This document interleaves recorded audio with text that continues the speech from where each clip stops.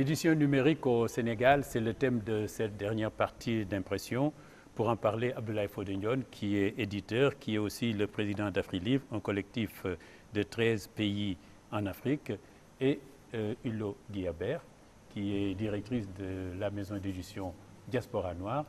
Et est-ce que je peux dire que vous êtes pionnière vraiment dans l'édition numérique? Exactement, j'étais la première, je pense, même en Afrique francophone. Oui. Et donc, je ne sais pas si... je peux faire une éloge du numérique en général, oui, avant de parler de l'édition numérique en particulier. L'édition, le numérique, c'est une très bonne nouvelle pour l'Afrique. C'est une belle chance que nous avons, une belle opportunité. Et parce qu'aujourd'hui, l'Internet est en fait le stock mondial, la mémoire mondiale de tout ce qui est culturel, de tout ce qui est littéraire, de tout ce qui est je sais pas, tout ce qu'on a de spécifique à l'Afrique doit être aujourd'hui mis sur l'Internet pour préserver et pour que ça perdure. Demain, après-demain, enfin dans 100 ans, on pourra retrouver un enregistrement. Moi, la dernière fois, je suis tombée sur un enregistrement de Laignard. Je ne sais pas si vous vous souvenez de cette chanson. Moi, j'étais petite, j'étais dans une émotion incroyable. Alors, c'est pareil, là, les cercles de la jeunesse de Louga, je retrouve des enregistrements sur YouTube. Donc, c'est une énorme chance. Vraiment, il faut qu'on s'y mette et qu'on mette, à l'instar de tous les autres continents, qu'on mette nous aussi nos contenus sur Internet. Alors, est-ce que, quand on parle d'édition numérique, est-ce que c'est vraiment une alternative, une solution? Fodé. Merci Sada pour l'invitation. Vous êtes absolument dans l'édition classique pour le moment. Oui, classique, mais nous avons aussi des connaissances dans l'édition numérique, comme on le dit. Mais je crois qu'il n'y a pas une opposition, comme l'a dit tout à l'heure Madame Hulot, par rapport à l'édition livre classique. Et les gens crient souvent en disant que bientôt le livre papier va disparaître. À mon avis, ce qui est totalement faux, parce que les deux missions ne sont pas les mêmes. Ce qui se fait en édition papier ne se fait pas en édition numérique, bien qu'il y a un tronc commun par rapport à ces deux fonctions-là. Pour la disparition du livre, je crois qu'il faut attendre encore des siècles par rapport à cela. Oui. Mais en ce qui concerne l'édition numérique, électronique proprement dite, je crois que l'Afrique est au commencement de la chose. Parce que l'Europe a commencé il y a longtemps et l'Afrique prend le pas. Et ce qui fait que nous avançons difficilement, ce sont souvent les supports. Les supports d'accueil de fichiers numériques qui ne sont pas très répandus en Afrique, en parlant de liseuses, en parlant de smartphones, en parlant de tablettes. Très peu de Sénégalais, si on prend comme repère pour faire un échantillonnage en Afrique, au Sénégal, il y a un pourcentage très très petit par rapport au support de lecture. Alors c'est ça que je disais. Est-ce que vraiment savoir si cette édition numérique est vraiment une véritable alternative pour l'édition classique en papier, pour l'édition en papier? Et puis deuxièmement, quand même, il parle des... Est-ce que l'électricité, par exemple, est à suffisance pour voir, parce que tous ces appareils-là marchent avec cela? Alors, c'est vrai. Maintenant, ce n'est pas une raison pour ne pas commencer. Oui. Parce que vous avez très bien vu l'exponentialité du téléphone portable. L'Afrique s'est retrouvée tout d'un coup beaucoup plus pourvue en téléphone portable que n'importe quel autre pays. Moi, quand j'étais en France, je trouvais qu'en Afrique, on avait beaucoup plus de téléphones portables. Même les mendiants dans les rues ont leur téléphone portable. Donc, il n'y a pas à désespérer et il faut commencer.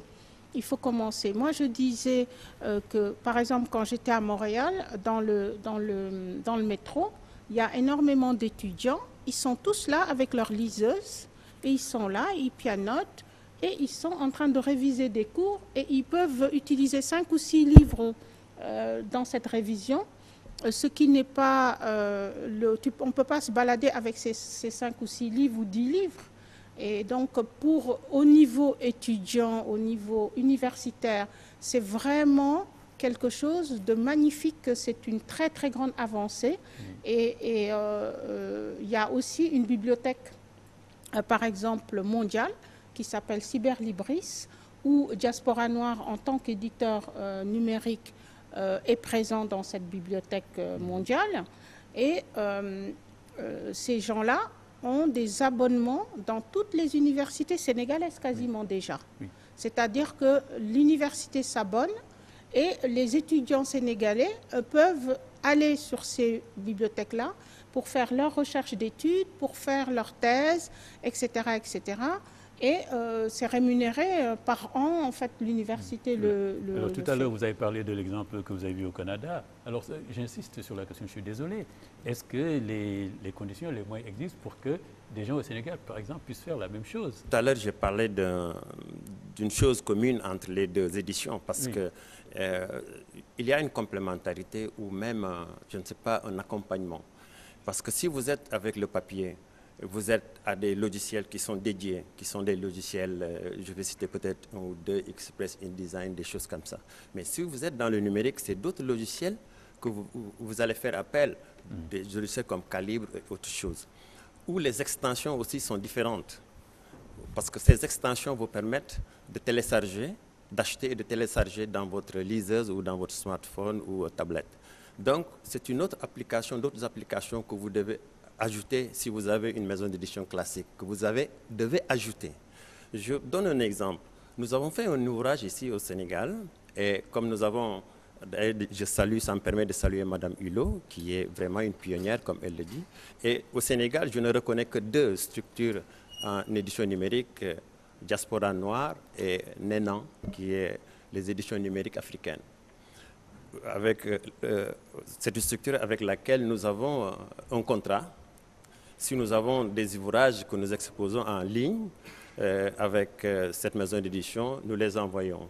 Donc, un matin, j'ai reçu un mail d'une éditrice espagnole qui a vu cet ouvrage-là sur la librairie numérique de cette maison d'édition, qui a demandé à produire un ouvrage numérique maintenant par rapport à la première version qui est une version papier. Et nous avons fait le contrat et le livre est en version numérique. Parce que si vous faites un livre numérique, le bout, si vous arrivez au bout, ça doit rester fichier numérique. Ça ne sort pas. C'est-à-dire que ça ne sort pas d'une tablette et autre chose. Donc, vous restez sur la ligne fichier numérique. C'est ça l'édition électronique. Quelle est votre activité? Ça marche? Ça se développe, ce que je veux dire? Alors déjà, je vais dire quelque chose. Parce que je ne veux pas comme si des cas isolés pour en faire des cas généraux, c'est ça? L'état des lieux, vraiment. Alors moi, je vais vous parler un tout petit peu de comment ça marche. Oui. En fait, comme il dit, bon, il y a besoin de logiciels, etc. Mais ils sont gratuits, Calibre est gratuit. Absolument. Donc, il faut juste être formé et maîtriser pour le mettre en EPUB.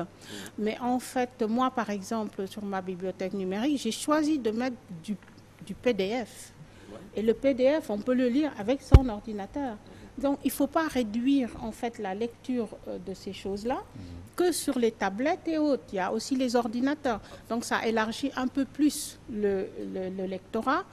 Et en plus, moi, quand on arrive sur Diaspora Noire et qu'on veut acheter un livre de Diaspora Noire, on a le choix. Soit on veut acheter le livre numérique, on télécharge automatiquement, on paye et on télécharge. Soit on veut acheter le livre papier. Donc, il y a aujourd'hui une énorme offre qui n'est pas encore arrivée en Afrique, mais en France, par exemple, des imprimeurs qui font de l'édition à la demande. Oui. Alors, on veut un livre, ils impriment un livre, ils le mettent sous cellophane, on lui donne l'adresse et il l'envoie. Alors financièrement, ça, c'est génial. Le lecteur, qu'est-ce qui est plus avantageux? C'est un choix. On ne peut pas dire que c'est l'édition. Qu'est-ce qui est plus cher? En tout cas, le livre numérique coûte moins cher. Ah, c'est clair. Coûte moins cher, c'est clair, parce qu'il n'y a pas... Mais on n'a pas une bibliothèque où on a ces livres, on peut prendre quand on veut. On n'a pas le stockage. Rien du tout. On n'a pas le stockage. Oui. Mais aussi, à vous entendre parler, vous faites les deux. Je fais les deux. Dès que vous avez le papier, vous êtes en édition papier, ça c'est clair. On fait les deux. Parce que c'est le même fichier. Alors, qu'est-ce que, par exemple, qu'est-ce qu'on a avec le numérique, par exemple, comme avantage et que le livre papier n'apporte pas? Alors moi, je vois déjà énormément au niveau universitaire. Comme j'ai dit tout à l'heure, les chercheurs ou les gens qui étudient, même en première année dans l'université, on a beaucoup de choses à consulter, beaucoup de choses à apprendre, etc. D'avoir tout ça dans un même endroit et le mettre dans sa poche, c'est vraiment un grand avantage, moi je trouve vraiment. Ensuite, il y a aussi l'avantage, par exemple, en Europe ou en Amérique du Nord, les tablettes, elles sont, mais vraiment, ce n'est pas des tablettes en fait de téléphone ou qu'on utilise, c'est vraiment des liseuses qui sont très, comment dirais, sophistiquées pour permettre la lecture même en plein soleil. Donc ça aussi, c'est vrai qu'on se balade avec 100 livres dedans et on le met dans sa poche. Quand on part en voyage, on peut se télécharger 3-4 livres et se dire on va lire pendant le voyage. Moi, je trouve que c'est vraiment Et puis cette histoire de bibliothèque mondiale, c'est magnifique, Cyberlibris, qu'en fait on s'abonne, on peut aller feuilleter un livre, si on n'est pas convaincu, on laisse tomber, on prend un autre. Et voilà. Donc le confort de la lecture, ce n'est pas seulement avoir un livre classique en papier, le trimballer comme on veut, aller au lit avec, non. Mais l'avantage, elle l'a dit, l'avantage c'est de pouvoir voyager avec 10 plusieurs ouvrages. livres, voilà. Avec ça, on ne peut pas prendre les ouvrages comme ça en papier. 10 ouvrages, ce sont l'un des avantages que l'édition électronique a. Mais je crois que ça va venir parce que les éditeurs s'attellent à cela, parce que c'est l'une des solutions d'avenir. Voilà, il faut considérer. Une des solutions. C'est une des solutions, mais ce n'est pas la solution qui va enrayer l'édition papier, ça, pas du tout. Enfin, moi, je le pense comme ça. Moi, je trouve qu'en Afrique, on a un problème de moyens dans la culture en général et dans l'édition en particulier. Et ce problème, enfin, l'édition numérique résout quasiment le problème des moyens. Et c'est ça que je trouverais dommage qu'on laisse tomber cette opportunité d'édition numérique qui pourrait permettre vraiment de sortir de notre, comment dirais-je, situation un peu difficile de l'édition en Afrique. Et je dis souvent, c'est des slogans, moi, en fait. C'est en Afrique, éditons-nous nous-mêmes. C'est-à-dire que moi, je prône qu'on arrête de se faire éditer en Occident, parce qu'on n'a pas les mêmes intérêts que l'Occident. Et que donc, que si on arrive à être autonome au niveau des éditions, on peut éditer et dire nous ce qu'on a envie de dire et de dire des choses qui nous sont utiles à nous. Et donc, j'ai même créé une formation pour les éditeurs qui voudraient faire du numérique en plus de l'édition classique, ou même des jeunes qui voudraient devenir éditeurs numériques avec le bagage qu'il faut, bien sûr, au niveau littéraire. Et moi, je ne veux pas qu'on oppose, en fait, le numérique et le papier, parce que moi-même, je suis amoureuse du papier, je l'ai toujours été. Et je ne peux pas imaginer me mettre dans mon lit avec une tablette, par exemple. Ça, c'est un truc que je n'arrive pas à faire. Mais par ailleurs, il faut que tous les Sénégalais, si on reste au Sénégal, puissent acheter des tablettes pour être à l'aise par rapport à...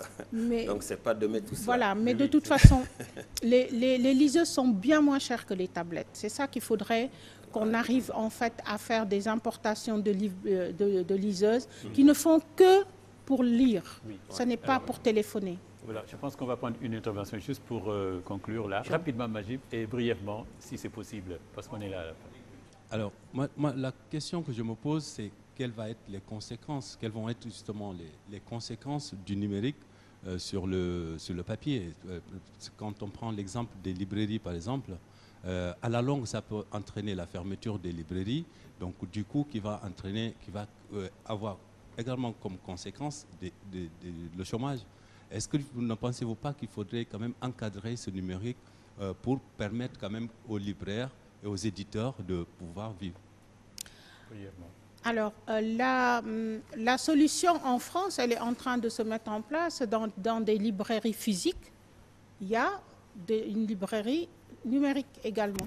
On peut aller commander son livre numérique là ou bien aller regarder, etc. Moi, en tout cas, ce que je veux dire, c'est que c'est pas moi, petite Hulot Guillabert, qui donnerait des solutions à des choses aussi énormes. C'est comme quand le disque, on est passé du vinyle au CD. Et maintenant, on n'a même plus de CD. C'est des choses inéluctables. Il faut qu'on s'adapte, il faut que les libraires s'adaptent et qu'on arrive à tous se mettre ensemble. Mais il y a déjà des problèmes avec les librairies de toute façon, que les gens ne lisent plus beaucoup. Même les livres numériques, les gens ne lisent plus beaucoup. Donc, voilà. Merci.